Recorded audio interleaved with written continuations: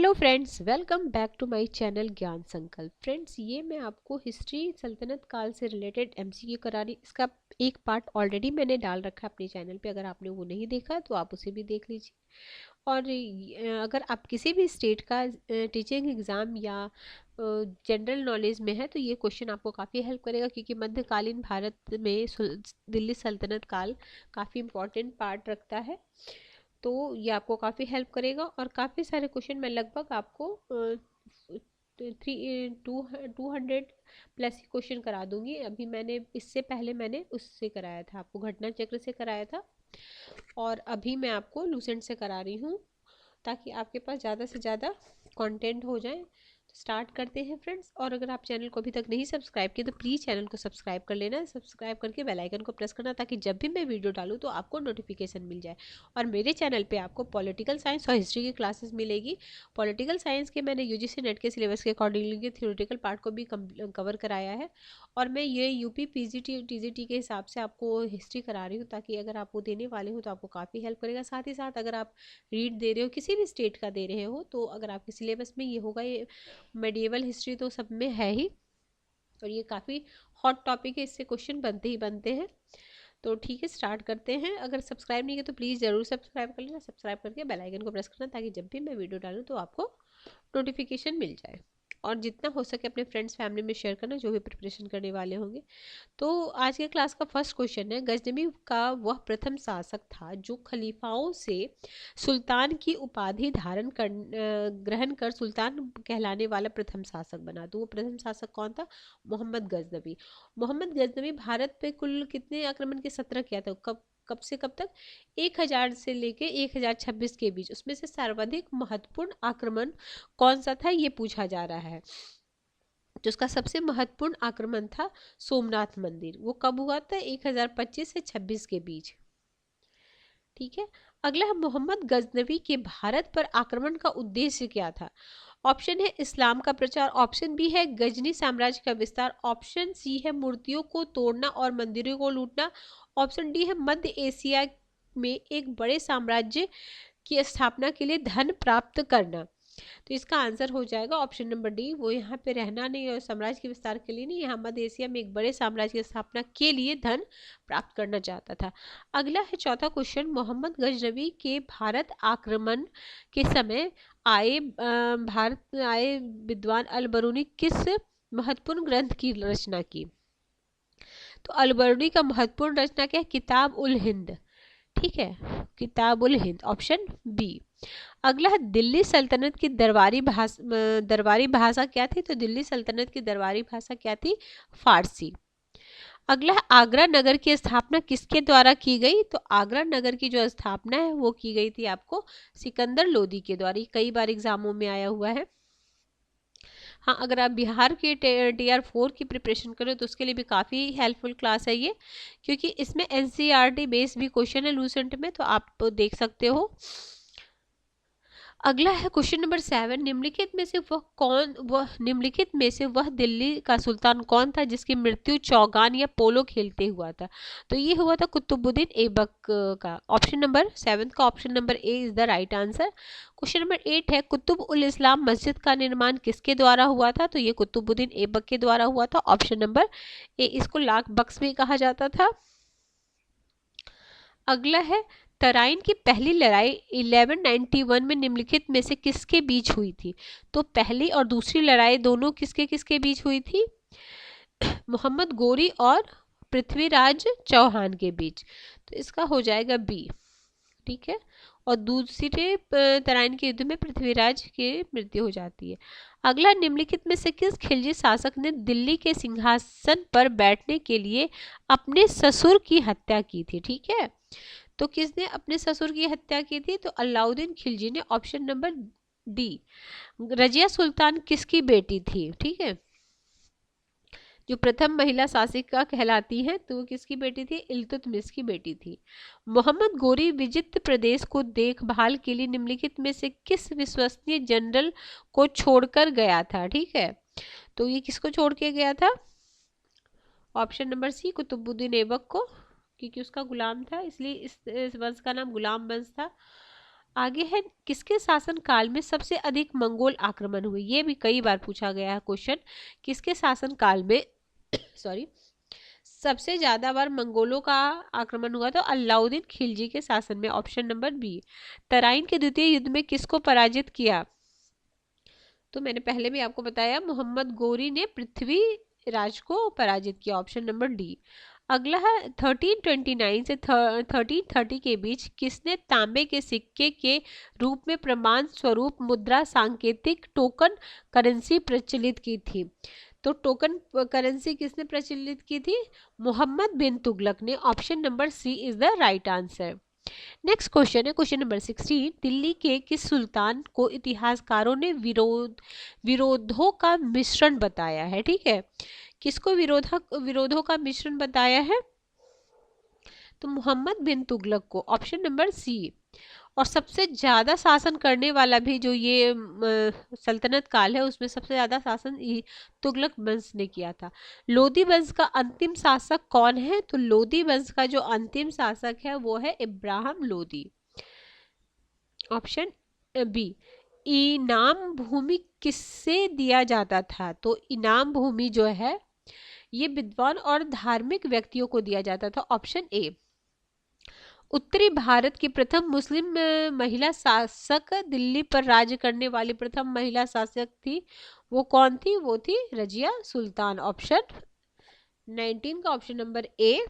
Question number 20, Delhi के प्रथम सुल्तान कौन थे जिन्होंने दक्षिण भारत को पराजित करने का प्रयास किया? तो ये थे अलाउद्दीन खिलजी। 20 का हो जाएगा ऑप्शन नंबर सी। अगला, यात्री एवं बतूता कहाँ का था? तो मोरक्को का था। भारत में प्रथम तुर्क आक्रमण करने वाला, तो भारत में जो प्रथम तुर्क आक्रमण हुआ है वो हुआ है मोहम्मद गजनवी के द्वारा। निम्नलिखित में कौन अपने बुत सिकन मूर्ति भंजक कहा जाता है? किसको मूर्ति भंजक? ये भी आपने कई बार प्रीवियस ईयर के क्वेश्चन में देखा होगा। तो मोहम्मद गजनवी को, ऑप्शन ए। मोहम्मद गजनवी ने कौन सी उपाधि धारण की थी? तो मोहम्मद गजनवी जो है वो अमीन उद्दौला और अमीन उल मिल्लात, ठीक है, पहला साम्राज्य का दाहिना हाथ और उसका दूसरा कहा था मुसलमानों का संरक्षक। तो ऑप्शन सी, ए और बी दोनों हो जाएगा। अगला है, मोहम्मद गजनवी ने भारत में प्रथम आक्रमण किस राज्य के विरुद्ध किया था? तो किस राज्य के विरुद्ध किया था उसने आक्रमण? हिंदू शाही और ब्राह्मण शाही के विरुद्ध, ऑप्शन ए। अगला है क्वेश्चन नंबर 26, हिंदू शाही राज्य की राजधानी क्या थी? तो देखो इसका अलग अलग नाम, उदय भांडपुर, ओहिंद, वहिंद, ठीक है, ओहिंद, ऑप्शन ए हिंदू शाही। अगला है, मोहम्मद गजनवी का भारत में अंतिम आक्रमण किसके विरुद्ध हुआ था? तो उनका जो अंतिम आक्रमण था वो था जाट के विरुद्ध, ऑप्शन डी। हिंदू शाही राज्य का वह शासक तुर्कों से बार बार पराजित होने के बाद ग्लानि से आत्मदाह कर लिया, ये था जयपाल, ठीक है, जयपाल, ऑप्शन नंबर ए। आगे चलते हैं। नेक्स्ट क्वेश्चन है, आज हम टोटल 50 क्वेश्चन करेंगे। मोहम्मद गजनी किस वंश का था? तो मोहम्मद गजनी जो था वो यामनी वंश का था, ऑप्शन ए। आगे है, मोहम्मद गजनी के भारत आने वाले इतिहासकारों में कौन शामिल नहीं है? तो उसके जो शामिल नहीं है वो शाहनामा के लेखक फिरदौसी नहीं है। बाकी कौन कौन? अलबरूनी है, उत्वी है, बैहाकी है। और कौन कौन से बुक किताब आपको क्लियर नहीं दिख रहा, मैं बोल के बता देती हूँ आपको। किताब उल हिंद अलबरूनी का फेमस बुक है। तारीख है यामनी का लेखक उत्वी है। तारीख है सुप्तगिनी का लेखक बैहाकी है, ठीक है। अगला 31, मोहम्मद गजनवी के आक्रमण के परिणाम स्वरूप कौन सा शहर फारसी संस्कृति का केंद्र बन गया? तो वो बन गया था लाहौर, ऑप्शन ए। तो कुतुबुद्दीन ऐबक ने लाहौर को ही अपनी राजधानी बनाई। कुतुबुद्दीन ऐबक जो है वो दिल्ली नहीं आए थे, इल्तुतमिश ने दिल्ली को राजधानी बनाई थी। निम्नलिखित में से किसने ढोल की तेज आवाज के साथ एक महिला का अपने पति की चिता के साथ स्वतः को जला देने के दृश्य का भयंकर चित्रण किया है? तो ऑप्शन ए, इब्न बतूता, बर्नी, बदायूनी और अमीर खुसरो। तो ये इसमें से किसने किए हैं? तो ऑप्शन ए इब्न बतूता। ठीक है, इब्न बतूता।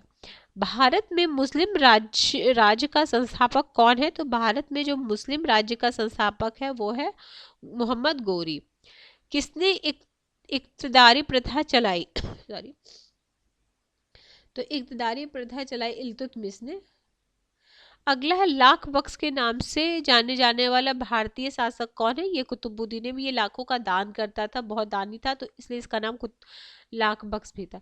13वीं सदी में सेना का सर्वोच्च अधिकारी होता था, तो उसमें सर्वोच्च अधिकारी खान होता था। Option B. ठीक है, 36 का ऑप्शन बी। भारत में गुलाम वंश का संस्थापक कौन है? तो गुलाम वंश का संस्थापक, देखो इसमें दो क्वेश्चन बनता है। अगर बोले संस्थापक तो हो जाएगा कुतुबुद्दीन ऐबक। अगर पूछे जाएगा वास्तविक संस्थापक तो इल्तुतमिश, और वैधानिक संस्थापक तो इल्तुतमिश, सर्व प्रभुत्व संपन्न संस्थापक तो भी इल्तुतमिश। क्योंकि कुतुबुद्दीन ऐबक ने सुल्तान की उपाधि धारण नहीं की, बस उनके जाने के बाद उन्होंने बस कार्यभार संभाला, बट ये नहीं, वास्तविक संस्थापक इल्तुतमिश को बोला जाता है। कुतुब मीनार के कार्य को किसने पूरा किया? देखो स्टार्ट तो कराए थे कुतुबुद्दीन ऐबक ने, जो इसको पूरा कराए थे वो थे इल्तुतमिश ने। ठीक है, और ठीक है आगे है, निम्नलिखित में से दिल्ली का पहला तुगलक सुल्तान कौन था? तो जो तुगलक वंश की स्थापना करता है तो पहला तुगलक था गयासुद्दीन तुगलक। Option A. पंजाब के हिंदू शाही राजवंश को किसने स्थापित किया? तो इसके जो स्थापित करने वाले थे वो थे आपके कल्लर ने। Option B. वह रोमन सम्राट अगस्टस की भांति सावधान था कि वह दूसरों की तरह शक्तिशाली न लगे, वह दूसरों के स्तर से अधिक न लगे। यह संदर्भ किसका है? तो 41 का सी है, Bahlol Lodi. Option C. Al Biruni किसके शासन काल में इतिहासकार था? अल बरूनी जो था वो किसके शासन काल में था? तो मोहम्मद गजनवी। आगे मैच करना है। निजामुद्दीन औलिया, मलिक काफूर, अलाउद्दीन खिलजी, जलालुद्दीन फिरोज खिलजी। तो इसका हम देखते हैं इधर मैच, तो इसका आंसर है 40 का, आपको मैच करके ही हम देखेंगे। ये है फर्स्ट में है 4 और सेकंड, फर्स्ट में है 4 निजामुद्दीन औलिया 1000 दिनारी कहलाता था, और ए का 4 ही है ना, ए का 4। क्वेश्चन नंबर क्या है? Question number 43, sorry question number 43 का ए है, ए है सॉरी। 1000 दिनार तो मलिक काफूर कहलाता था। ए का 2 होगा, ए का 2 होगा। निजामुद्दीन औलिया सूफी संत है, मलिक काफूर आपका हो जाएगा 1000 दिनारी, क्योंकि उसको 1000 दिनार लेके अलाउद्दीन, ठीक है ये हो जाएगा। फिर अलाउद्दीन खिलजी हो जाएंगे आपके, नहीं सी में हो जाएगा आपका थर्ड, ये दास राजवंश को उखाड़ना, और जलालुद्दीन खिलजी सूफी। डी का हो जाएगा आपका, डी में फर्स्ट, ये सॉरी एक मिनट रुक जाओ, मैं मैच कर देती हूँ। क्वेश्चन नंबर 43 का ए है, देखो ए में ए है इसका आंसर। एक मिनट, तो ए में है सेकंड, निजामुद्दीन सूफी संत है। ठीक है, अगर ए भी आता तब भी आपका आंसर सही हो जाता, और बी में हो जाएगा 4000 दिनारी कहा जाता था इनको, मलिक काफूर को। और सी है अलाउद्दीन खिलजी, सॉरी नियंत्रक और दाम पे थे, और ये जलालुद्दीन वो थे, सेकंड हो जाएगा आपको।